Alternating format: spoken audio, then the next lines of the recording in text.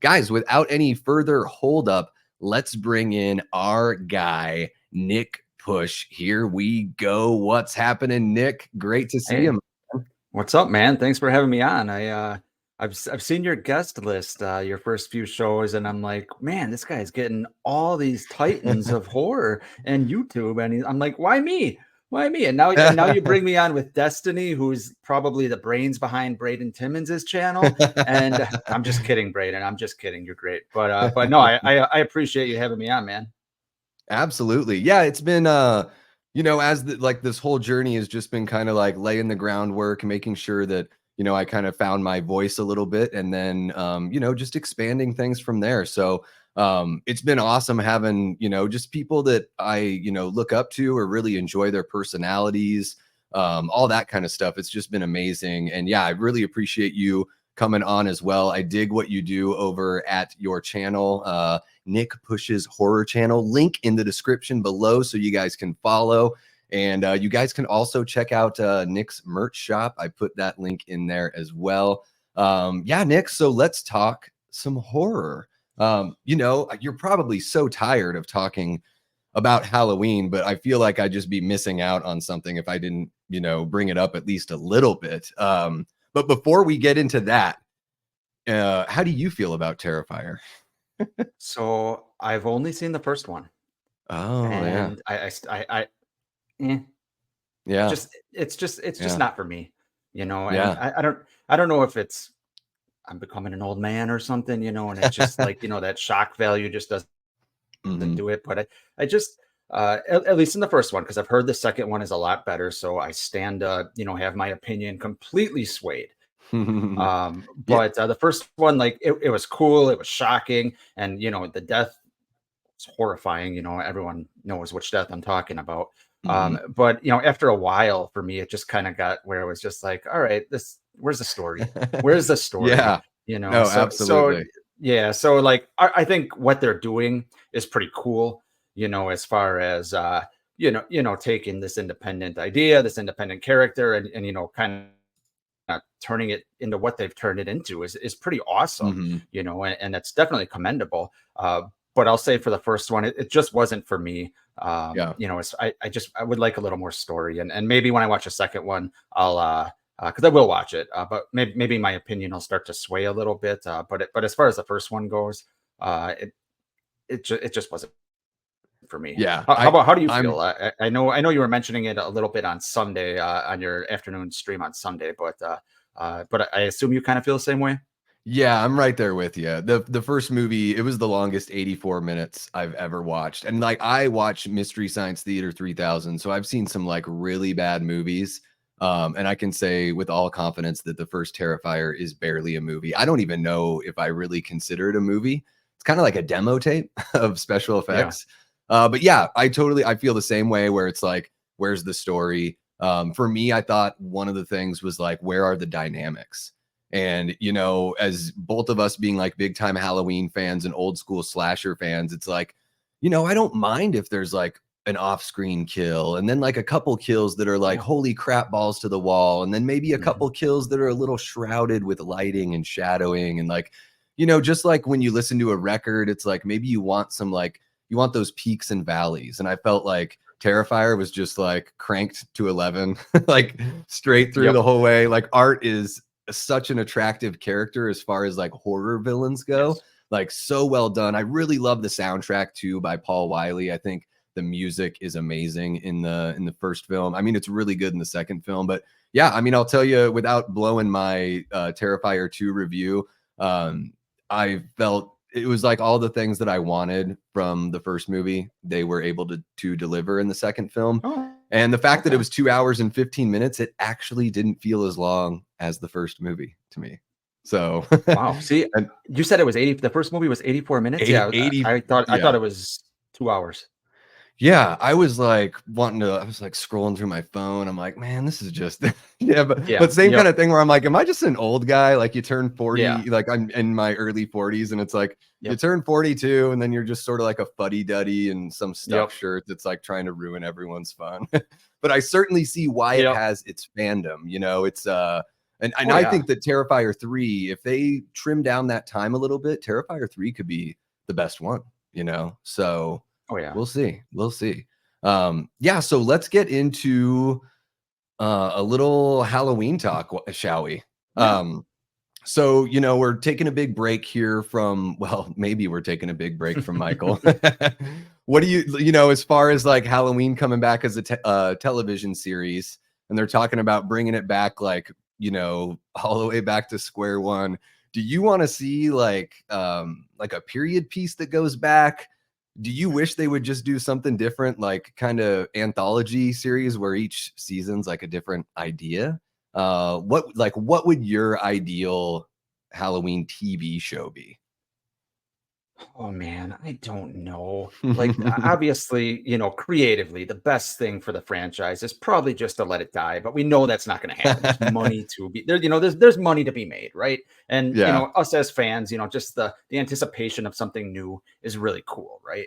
Mhm. But as far as television goes, you know, I'm open-minded. I just don't Mhm. want to see I don't want to see a Smith's Grove series. I don't want to see Loomis having Myers, and then there's these other patients that are wacky adventures and stuff like that.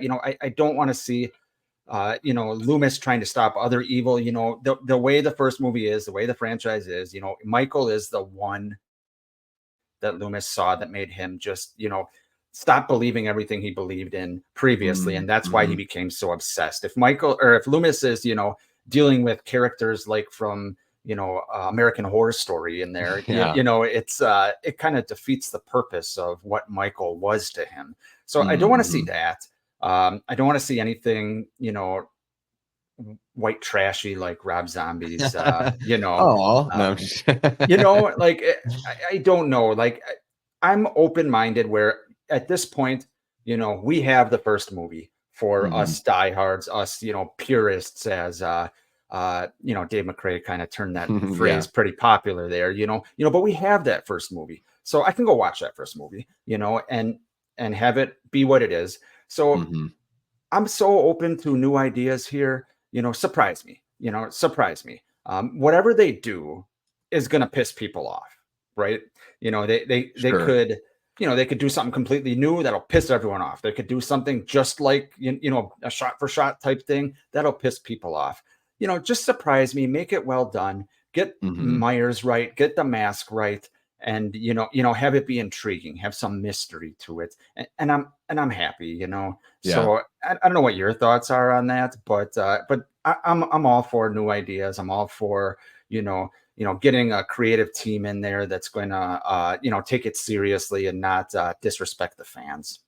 Yeah, for sure. I think it's the tough thing with Halloween, right? Because I think what most people love about Michael is the mystery. So it's almost like the more you go back to that beginning, you're just tempted to kind of give it a backstory. I mean, it's what Rob Zombie did in his film. And if they go back to the well, then yeah, I mean, who knows? We just might end up seeing way too much of Michael, too much of that part of the process. I like Yep. the way what interests me about him is more like 2018, like following him on that tracking shot, or just seeing like who he decides to let go and who he decides to kill. And like, to me, without knowing like the reasoning behind it, I just find that so incredibly fascinating. So that's like the only like part of the process, I guess, of Michael's that I kind of want to see. I don't want to know the answers. I just want to see him. He's like a shark that like bumps into a wall and then like goes a different direction, and chomps on something over here and then walks over there. It's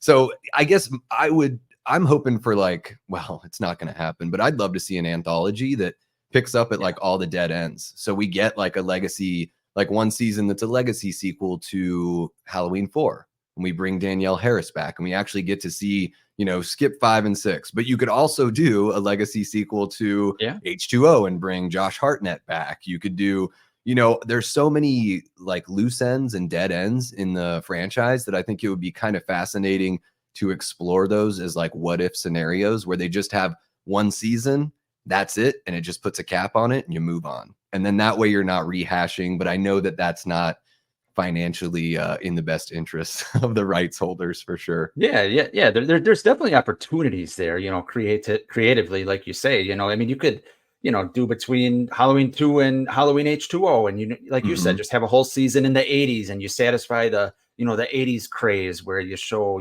people with big hair and stuff like that. And then you have a season, you know, uh, wherever, the problem Yeah. with the TV series would be, you know, depending on how many episodes and how long the episodes are, you're looking like, even if it's a season, right? That's, Mhm. and say it's, 40 minutes an episode, you're still looking at, 10 episodes, you're looking at, what is that, 400 minutes, by the time Yeah.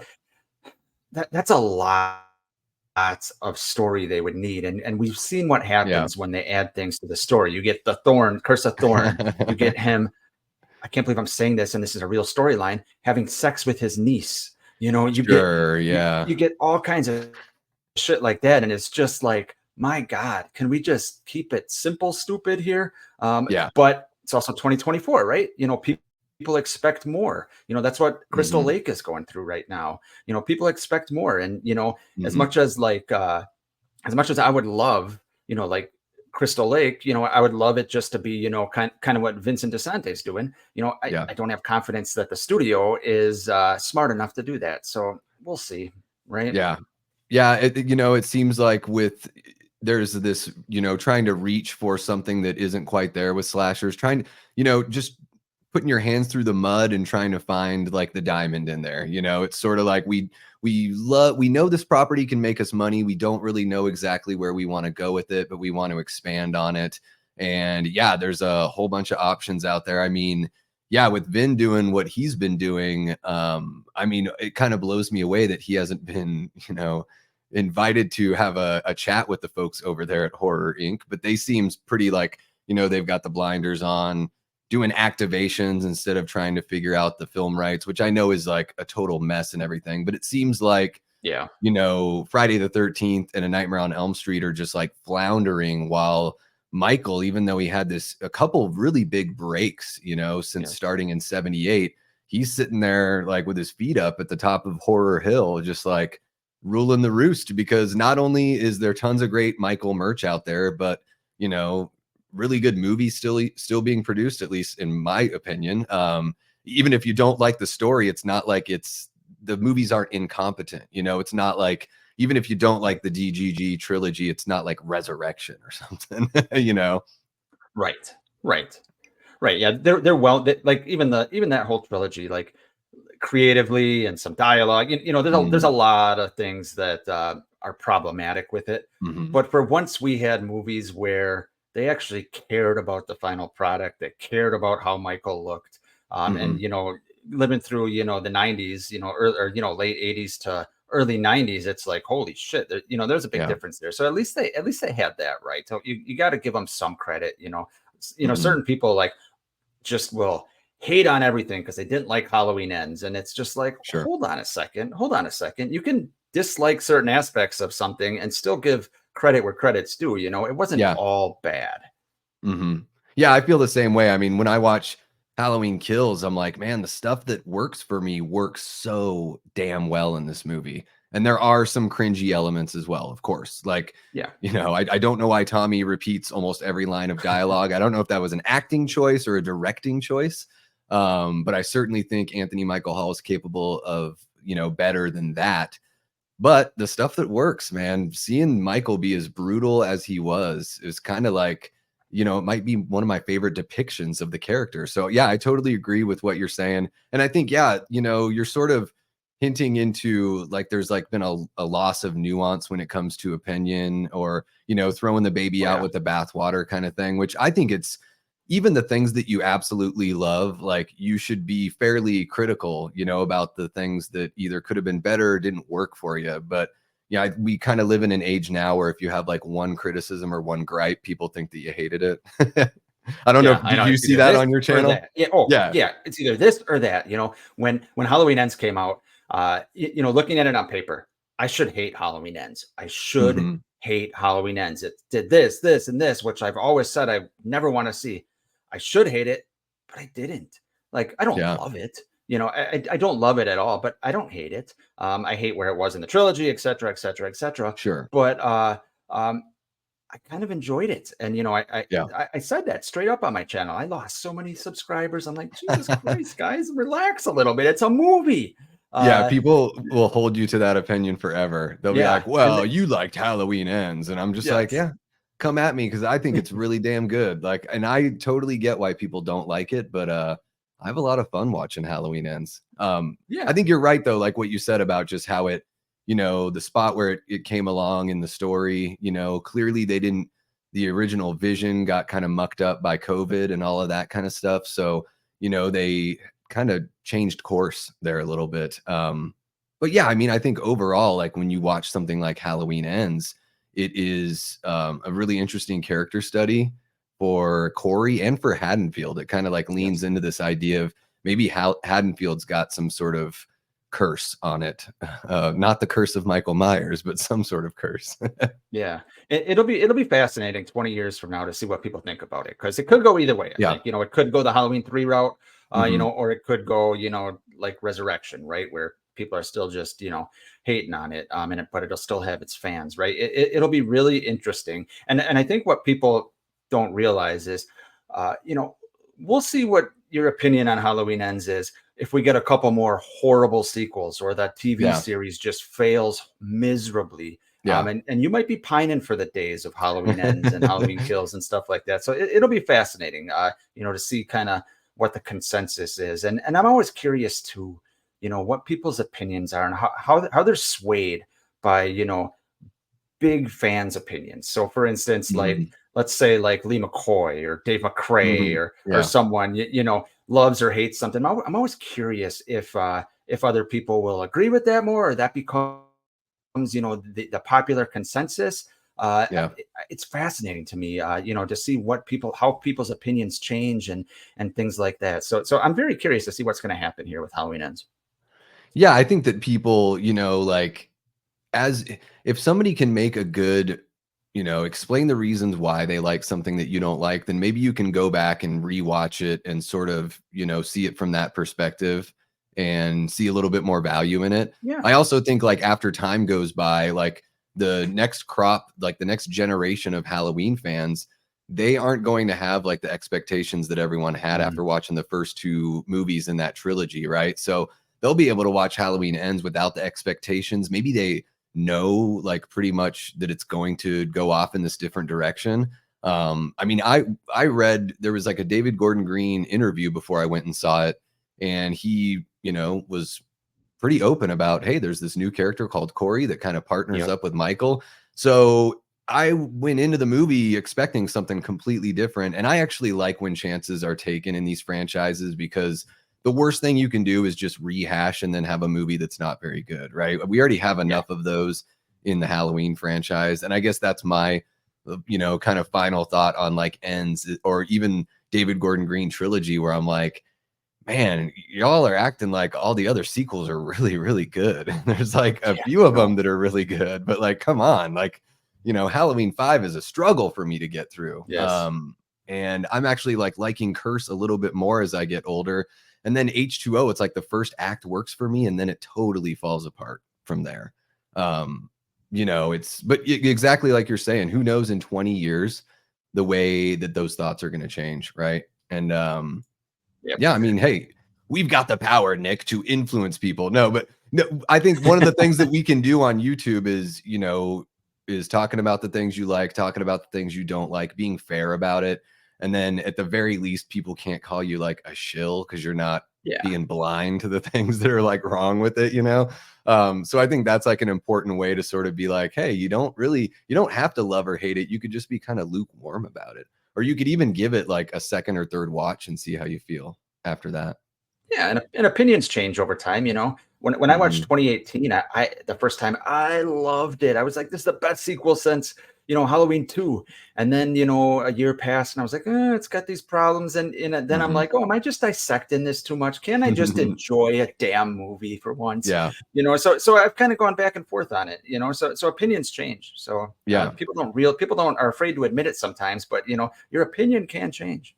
Yeah, and if you take that same lens that you're judging the David Gordon Green movies with, and move that lens on over to go the original Halloween 2 or Halloween 4 or whatever, like I don't know. I think you can be like really hypercritical about those movies too. Like I really enjoy those movies, but it's like, I mean, in H4, it's no, secret that The Mask is a friggin' mess.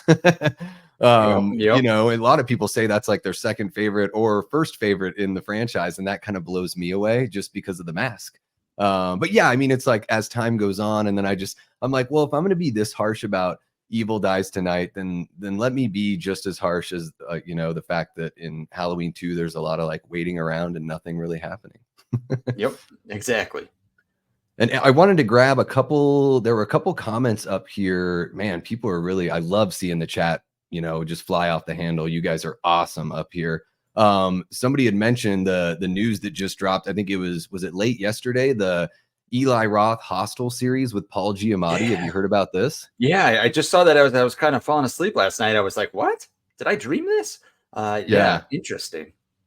I saw like I don't know what movie it was. I'm not sure if it was The Leftovers, the last one that he had done, but he was like on the red carpet and some guy was like, is there any kind of movie you really want to make that you've never made before? And he's like, "Oh, I want to do horror." And the guy was like, "What?" And he's like, "I Yeah, just think horror, there's just such beautiful films." And he's like, "What kind of movie?" And Giamatti was like, "Like the Texas Chainsaw Massacre. It's just a beautiful film." And the guy was like disgusted. what?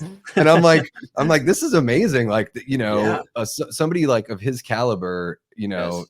Hostel isn't really necessarily my cup of tea particularly, but I'm very intrigued with Giamatti coming in, and Eli Roth won me over completely with Thanksgiving.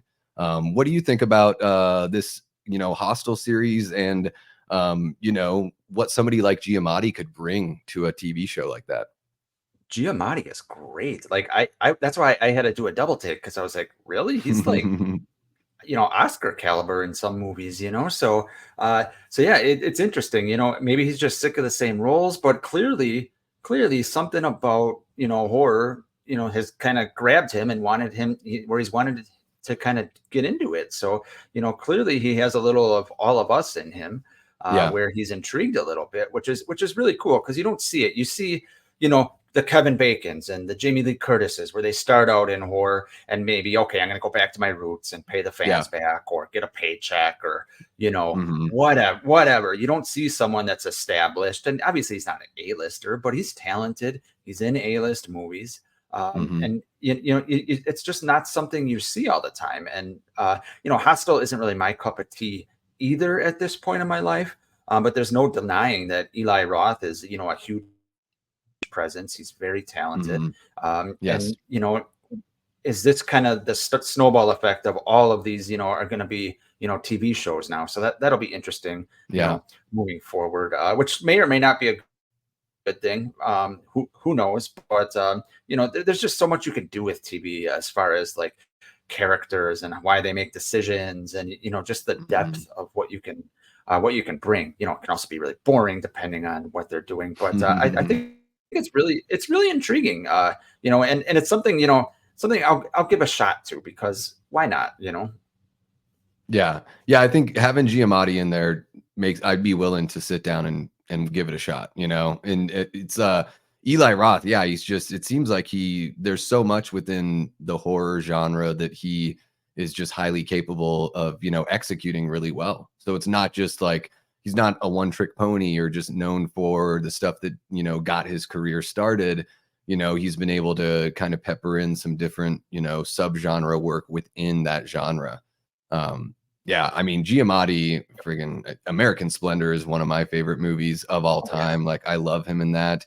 And you're right, it is really cool to see somebody that's established that's willing to take that chance because ultimately, I saw like he did a video, they do that like Criterion video where they put the stars in like a closet. They get to go through the Criterion editions of movies Oh and pick out yeah. like their top Yeah, five. yeah, yeah. And most of his were like obscure horror films. And Interesting. I could tell he's just like a kid in a candy store when it comes to horror. So this is probably something he's just been like waiting for somebody to ask him, Yes. And Yes. I think even though I don't want to see a Michael Myers reboot, and let me know if I'm crazy in the chat, guys, I think he would make a great Loomis. I mean, Yes. it would be and almost like Poetry with Donald Pleasance, like another guy that wasn't really, he was in a whole bunch of Yeah. B movies and all that stuff, and then finding himself in a series like Halloween, and then, kind of near the endish of his life, like the last act of Yes. his life. And that's what he's known for. Like no one talks about, even his James Bond appearance, no one talks about, it's Right. like, it's all Loomis. So, yeah, it would be interesting to see what happens there. Yeah. Let's see here. We're talking, Bud says In a Violent Nature was interesting. Have you seen that one yet? I haven't seen it. Actually, I was talking about it a couple days ago when he saw it, and he was raving about it. So it's kind of piqued my interest. Have you seen it? I have not. I think I'm gonna wait for streaming because Yeah. I got moths flying out of my pockets with everything I'm putting into the channel here. And I've just heard kind of lukewarm, like, hey, it's a great concept, but probably like a C plus movie, like, overall, so one of those things that I think I can kind of wait on a little bit. If they had like budget cinemas like they did back when we were growing up, I can go see a Mhm. movie for 2.99. I would definitely be going to see it. But I'm with you. I'll wait till streaming because I'm a cheapskate lately. But yeah, I'm intrigued by it. And that's an interesting thing too, is everyone's sort of like, there's all this talk about like what's making the theaters die and all this. And it's like, man, it isn't helping at all that the week after a movie comes out, they've already announced the streaming date. It's like that you're basically Yes. just saying, like, don't bother spending your money. I think with Abigail, maybe they waited 2 weeks to announce the streaming date, but like Late Night with the Devil, it was like after that first weekend, they're like, oh yeah, and it's coming out on Shutter on April 19th or whatever. And I'm like, what the hell are we doing Yeah. here, people? You're It's cutting the crazy. legs out from under the film. Yes. Yes. Makes no sense. Yeah, it's just give it a chance. Back when we were growing up, I don't know exactly, when you were born, but in the 80s and 90s, you had to wait like 6 months at least for a movie to come out on VHS. Sometimes Yes. 9 months to a year. If it was a Christmas movie that came out like Thanksgiving, you're waiting till like the next Thanksgiving for that movie to come out because they wanted to put it out at the right time for, to get that market. And Yes. so now that everyone kind of knows, like, man, even if you just made people wait 3 months, like that would do it. A few more people would go to the theater because they wouldn't want to wait that long. Well, especially nowadays when it's so easy to get something spoiled for you. Mhm. If you have to wait 4 or 5 months, you may want to go because the second you log on to Twitter or whatever, you're gonna have something spoiled for you. So yeah, I'm with you. Exactly. Yeah. Yeah, and it's I think another thing too is now that there are people like us out there talking about these movies, people are sort of like they use that as their litmus test, kind of like, I'll check Yep. out my 5 reviewers that I trust and see how they think, you know, Yes. and we'll see if Yes. it's worth my money. Because that's another thing too, is like you're saying, they need to bring back those budget theaters or just have like a night for those kinds of showings, maybe. Yeah. Honestly, I think a big thing, like for me, the older I get, it's like, man, what if they did showings that were just like 21 and up? You do an Yeah. 11 p.m. screening and it's just like, no kids, no bullshit. You Yeah. just, even for movies that aren't necessarily rated R, I'm all for it. Because if you're not selling the tickets, you might as well find some way to get people in there. Yeah. Yeah, and before you were kind of rounding the corner here, but we got about another 15 minutes or so. I do want to get Yeah. into, we had kind of chatted a little bit beforehand about, talking about some, kind of like one-off horror films or like slashers that could have been, you know, it's sort of like a shame that they weren't ever turned into a series, or maybe like they could be brought back. And, most recently, finding out that Blumhouse is bringing back My Bloody Valentine, I guess would be a good way to sort of launch into that subject. What are your thoughts on, Blumhouse taking over My Bloody Valentine? How do you feel about, that property? And then what are some other one-off slashers that you think could either make a comeback now or should have had sequels in their time? Yeah, My Bloody Valentine. I think it's a good property to get because it's got a lot of untapped potential. The Hmm. original I thought was great, and just the minor outfits that it's really freaky. Yes. Like just someone Yes. coming at you in that gas mask or whatever it's called. That's scary shit right there. Hmm. And I know they did the remake with Jensen Ackles and Yeah. or mid 2000s, right? Like 2009-ish, 2010, something like that. I'm not a fan of that. And Mhm, sorry, yeah. ladies, I just don't like Jensen Ackles. I think he's a terrible actor. Yeah, But terrible is too harsh. But he's got a shtick, and that's just his shtick, right? It works for him. But it's I, good I on just wasn't a fan. television. Yeah, he's good on television, right? And I thought that movie was hurt by the fact that it was coming with the 3D craze coming back, right? So Yeah. so everything was kind of in your face. But looking at it now, I just watched it like a year ago. It's Mhm. 15 years old or whatever it is, and now that 3D effect is pretty bad and Yeah. distracting. Um, Mhm. but it was okay. But so I think there's a lot of potential with this. The people are gonna gripe because Blumhouse is doing it, right? And Blumhouse ruins everything, right? Yeah. Because everyone's got to look at the negatives, and Blumhouse has um, had a lot of misses. They haven't ruined Yeah. anything. They haven't destroyed anything. So people need to relax a little bit. Yes. The Absolutely. fact that we have a company like Blumhouse who is just grabbing all these properties and making all these other, movies that aren't properties and just churning out horror movies, at the end of the day, that's pretty cool. If you said to, 8-year-old Nick or 8-year-old Davey, that there's going Mhm. to be a company that's just going to be making horror movies all the time, we would have Yeah. said, hey, that's pretty cool, right? You Yeah. know, so people, complain about Blumhouse, but for this franchise, it's probably the right company to have. Mhm. They can make them cheap, where if the movie's moderately decent, it'll make money and they can keep going with it, right? So Mhm. so I think it's exciting, especially if you're a fan of the franchise. It should be really exciting. But even as someone that's just a casual, a fan of something like that, I think it's exciting because there's potential in a another. I don't want to call him a horror icon, but another person like that can be Mhm. creepy and they can do cool stuff with. So I think that's exciting to me. What are your thoughts on the franchise? I really enjoy the first movie a lot. It's very fun. It's got that, kind of light campy feel. Mhm.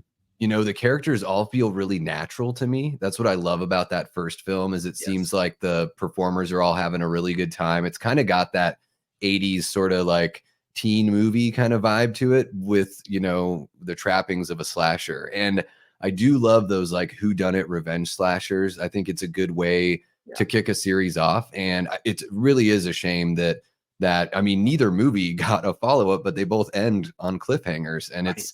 it's a damn shame that the first movie didn't get any follow-ups because it would have been so interesting to have the, one-armed miner come back, have Axel come Mhm. back and wreak havoc again. I feel like with Blumhouse, it's like, well, what do you do? It's almost like you have to start by remaking or reimagining the first film. And then Yes. from there, maybe you have the cliffhanger. At least you know that you want to make two movies. So if you go into it, you say, hey, we're at least making two.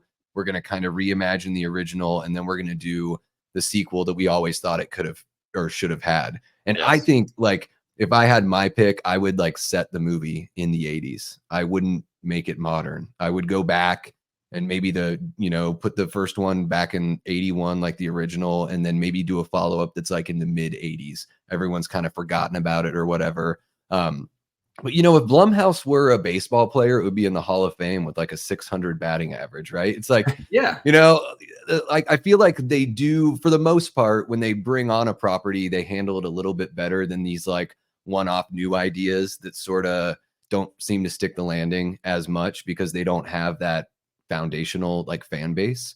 But I think that My Bloody Valentine, it's like, what's it gonna hurt, right? It's already had a false restart, so we might as well give it another shot, see if it can get back up on its legs. Exactly. Exactly. And to answer your other question, what other, Mhm. slasher franchise or should have been a franchise? I was thinking about this all weekend because I know you mentioned it to me last week, and I keep coming back, and I'm sure you've seen it. I just keep coming back to the Prowler. Yeah, From Joseph Zito in 1981, I want to say. it is. Yeah. Yeah, okay, yeah. So and Zito obviously directed, the final chapter in Friday the 13th franchise, Mhm. and so you saw his talent there. But before that, he worked with Savini on the Prowler, and that's another one that Yeah. uh, you know as far as one-offs go, it's one of the better ones, especially in the early Mhm. 80s when there was, hundreds of thousands of, slashers Yeah. at that time that just didn't go anywhere. The Prowler, it was always creepy to me. And, the concept of I think it was a Vietnam vet or something like that. But that whole concept was cool. And there's some great kills in there. Obviously, you got Tom Savini, so you're going to have great kills. But I also thought that Yeah. concept and that movie was really good as far as slashers go. And as far as any other movies, I'm going back to the early '80s, and I'm a huge, huge fan of The Changeling with George C. Scott. You ever see that? Mm. Man, it's like you're speaking my language here, Nick, because I'm obsessed with The Prowler and The Changeling. The No Changeling is way. one of my favorite horror movies, and, yeah, oh, I love that movie so much. Yes. Me too. I'm a sucker for George C. Scott. Exorcist 3. Yeah. Even when he did Christmas Carol, where he played Scrooge, I just love the guy. He's he's Yeah, he's so he intriguing to me. he He's just really like a brings it. rough guy. Yeah.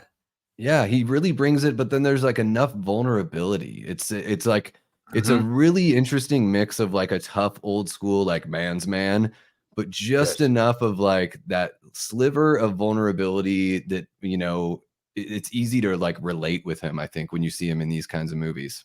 Yes. Agreed. And The Changeling is freaky as all get out. So you Yes. wanna see that come back as, like you wanna see that reimagined, or what do you wanna see from The Changeling? Oh, man, I just want to watch it again tonight. I guess I would just say probably reimagined, but as we're sitting here talking about George C. Scott, I don't know if you can, get an actor that's going to make me, like that character again like that. It's just a Yeah. cool concept. If a guy that loses his family right off the bat, right, and then Mhm. horrible car accident, obviously, that he witnesses. And then he has this ghost, reaching out to him. And it's probably a concept that's been done since then, Oh, numerous sure. times, right? Yeah. But for something about the changeling, like it was just very creepy. And the ball Mhm. dropping down the stairs and but do something with it. Maybe not a a reimagining, but maybe some kind of just using that concept again because it's an Yeah. intriguing concept of a guy kills his spoiler alert for a movie from 1980, right? 80, 81, something yeah. like that. 80, yeah. A guy that kills his uh handicapped son, and then he needs another kid to put in its place. That's an intriguing concept. It doesn't even have to Yeah. be like the changeling, but use that concept and take a modern spin on it. Use technology, use something to make it modernize, and just kind of have it be like a little bit of a love letter to the changeling. That's kind of what I would do. Yeah, it's like this classic, just, that haunted house kinda movie, slow burn, but there's this spirit that needs to find justice for what happened to it Yes. when it was alive. And, there are some movies that I feel like have a little bit of that inspiration. I mean, a lot like it's a big theme in like haunted house or like any sort of, spirit haunting kind of films, but a couple movies that make me, kind of have that sort of feeling like The Innkeepers by Ty West kind of has a little bit of that vibe. Have you ever seen What Lies Beneath, that Robert Zemeckis Oh, movie with Michelle Pfeiffer and I Harrison saw it in Ford? the theater, man. I was in high school. Yeah. Me too. Yeah, me too. Because that to me is sort of like Hitchcock meets The Changeling. Like it's got this Yeah. kind of crime element, little bit of like a Rear Window meets Changeling sort of feel. But I love that idea or like Stir of Echoes with Kevin Bacon, where a Oh, spirit that's is so helping good. somebody like discover the crime, like, and no one else knows. It's like I'm getting goosebumps just thinking about it because there are some moments in The Changeling where it's like it's not a graphically violent movie by any means, but man, there are some really chilling moments in there. And, it is a slow burn, so it takes some time to get in there. But I feel like they really earn every bit of that in that film. Absolutely agree. And Stir of Echoes is another one I need to rewatch because Yeah. that's really good. I was upset when that movie came out. I was, mid high school. I think I picked up like a $5 copy on VHS from Blockbuster after seeing it. And then, they put it on sale or whatever. And I Yeah. watched that movie a shitload in high school. Yeah. It I was feel kind like of that over. movie is, Oh, sorry. I go was going ahead. to say it's kind of overshadowed by The Sixth Sense, so it didn't really get the praise Yeah. it deserved. But And but yeah, I think it's better. So do I I. think it's better than The Sixth Sense. Like, So not do I. maybe not like The Sixth Sense. Like M. Night Shyamalan really knows how to put together like a beautiful looking film and everything. But I think Stir of Echoes, like as far as the story points and I just enjoyed it a little bit more. I thought it was a bit darker. I mean, yeah, Sixth Sense has a couple darker moments, but Stir of Echoes is pretty messed up. Like, Yes. I need to rewatch that one as well. And yeah, man, the Prowler, I mean, I would take that all day if they brought something like the Prowler back. In fact, it's probably one of the reasons why I really liked Thanksgiving, because when I watched Thanksgiving, I was like, oh, this is like My Bloody Valentine and the Prowler. It's It's this the Prowler. Yeah. classic return. Everyone was saying it's a return to 90s horror. Everyone was, and I was like, y'all are showing your What? age and it's cute and I get it. Yes. I was Yes. like, I get it. And there are people older than me that probably think the same thing when I bring up like certain movies and stuff. Yes. But I'm like, well, you can compare it to I Know What You Did Last Summer and Scream, like kind of, but I think it's way more like My Bloody Valentine and the Prowler because it's this revenge whodunit, combination. And I think with Thanksgiving, with the sequel, if they bring back John Carver and bring back Dempsey as Carver, they have an awesome opportunity to not have to rehash what they did in the first film. Now that we know the audience knows who he is, and Right. and the main characters know who he is, then it can just be a straight up slasher. And I think that's kind of a Yes. cool 1-2 punch, to not have to worry about the whodunit element after you get out of that first movie. Or they can be like Scream since Frank's in the chat and just copy it again, and just have it be another whodunit for It's 7 just the same. sequels, right? Yeah, the same thing every time. Diminishing Yeah. returns, but no one acts like there are. No, yeah. And Yeah. Frank says the Prowler has one of the best looks in the right light. Yeah, I think the Prowler, like everything about it, just Yes. maybe not as creepy as the Harry Warden character or the minor character from Yeah. My Bloody Valentine, but there is something off-putting about the Prowler. And you mentioned those effects from Savini, and I've read about the movie. They took like one day of shooting for each kill. That's crazy. So, that's why those kills in that movie look so damn good. And yeah, Joseph Zito, there's something like he just knows how to shoot a slasher. I mean, he's got two of the best in my book, just Yeah. between that and the final chapter. I don't need anything else. Like, you did a great job, Joseph. Thank you so much. Yeah, just the way he utilizes like, light and shadow is just, light Mhm. years above some of these other like cheap slashers you see. So it kind of stands out to you. And even if you don't know why it stands out to you, you can feel it when you're watching the movie. So yeah, I agree with you. Zito is awesome. There's like a physicality that you feel. It's sort of like the way that they portray Jason in the final chapter, where you hear him like grunting and he's kind of running a little bit. There's just, and that to me, that's like the director has a big hand in that, because not only are they, deciding how the shots are set up, but they're also, directing the actors. So, I feel that same kind of physicality and brutality in the Prowler that you also get, a few years later there in the final chapter, which is, Absolutely. I mean, easily one of the, for a while, it was my favorite Friday the 13th, and then 6 took it over, but it's right there. It's Yeah. almost, indiscernible, the difference. Oh, and then Frank says, here we go with this Scream shit. We only, only so you can say that, Frank. We have to bring it up. So we throw a nice fastball right down the middle, and then you hit it out of the park like Blumhouse 6 out of 10 times. Exactly. uh, Trisha, though, she says Scream is supreme, and that rhymes, so it's true. Alley Girl brings up The Burning. What do you think about The Burning? Do you think that should make a return here? I haven't seen it in so long, but I need Mhm. to revisit it because I remember really liking it. And as far as like, Friday the 13th ripoffs, I remember it being, if not the best one, definitely one of the better ones. That's Yeah, early 80s too, right? another Savini special effects movie. Yeah. Yeah, so he seems to crop up quite a bit here. Crop up, get it? Crop scene. Yeah, The Burning, I need to watch it again. I've only seen it once. I bought it just so I could watch it. I watched it with my wife, and I was just sort of like, it was okay. Like, certainly some moments that stood out to me. But then when I saw that like Harvey Weinstein wrote the story, was one of the story writers, I was like, oh, that's why every male character here is trying to force himself on every female character. Interesting. Makes And I don't sense. know if that like Write sort what you of know, right? Write what you know. I was like, yeah, I'm like, wow, he's just really putting it out there like Yeah. 40 years before anyone found out. Like that's Yeah. pretty disturbing. But yeah, I mean, I think it's got some, certainly super memorable moments there in The Burning, and it's kind of wild that it didn't get a sequel. I think it definitely could make a comeback. Yeah. Maybe, maybe instead of Blumhouse taking that one, maybe Sam Raimi's like Ghost House Pictures or something could snag one of these properties. I don't know if they're doing Yeah. anything other than Evil Dead though at this point. Yeah. Obviously not tonight because yeah, I know you got another guest, but at some point I'm gonna need to talk to you about Evil Dead. I need you to convert me. Yeah. So where are you just sort of lukewarm, or you just actively don't I'm like it? I don't I'm lukewarm. So Yeah. I actually like the 2013 remake, even though it was a little too gory for me. Mm.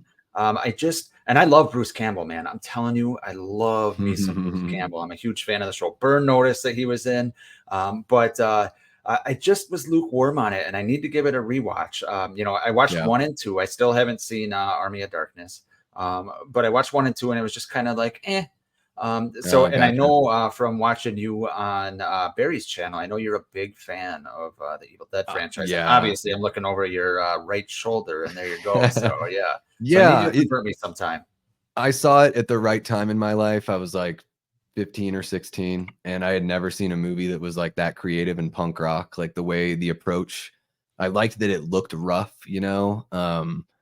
Just everything about that worked for me. The first is still my favorite in the franchise. And then I'd Okay. put the 2013 one right after that because I like the more serious side Yeah. of Evil Dead. The TV show I thought was pretty fun, Ash vs. Evil Dead. Yeah. And I Yeah. Yeah. thought Evil Dead Rise was like okay.